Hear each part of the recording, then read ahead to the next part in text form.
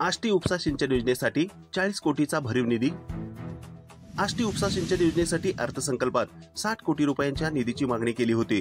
आमदार राजाभाऊ खरे यांच्या मागणीला अखेर यश। ही बातमी संकलित केली आहे तडका न्यूज मराठी चॅनलने। महाराष्ट्र राज्याचे मुख्यमंत्री देवेंद्र फडणवीस तसेच कर्तव्यदक्ष उपमुख्यमंत्री एकनाथजी शिंदे साहेब, उपमुख्यमंत्री अजितजी पवार साहेब व माननीय नामदार राधाकृष्ण विखे पाटील साहेब, जलसंपदा मंत्री महाराष्ट्र राज्य मोहोळ तालुक्यातील शेतकऱ्याच्या भूसंपादनासाठी कित्येक वर्षे या भूसंपादनाच्या मागणीसाठी शेतकरी झगडत होते, परंतु त्याला अद्याप यश मिळाले नव्हते। तत्कालीन लोकप्रतिनिधीची उदासीनता याच कारणीभूत होती।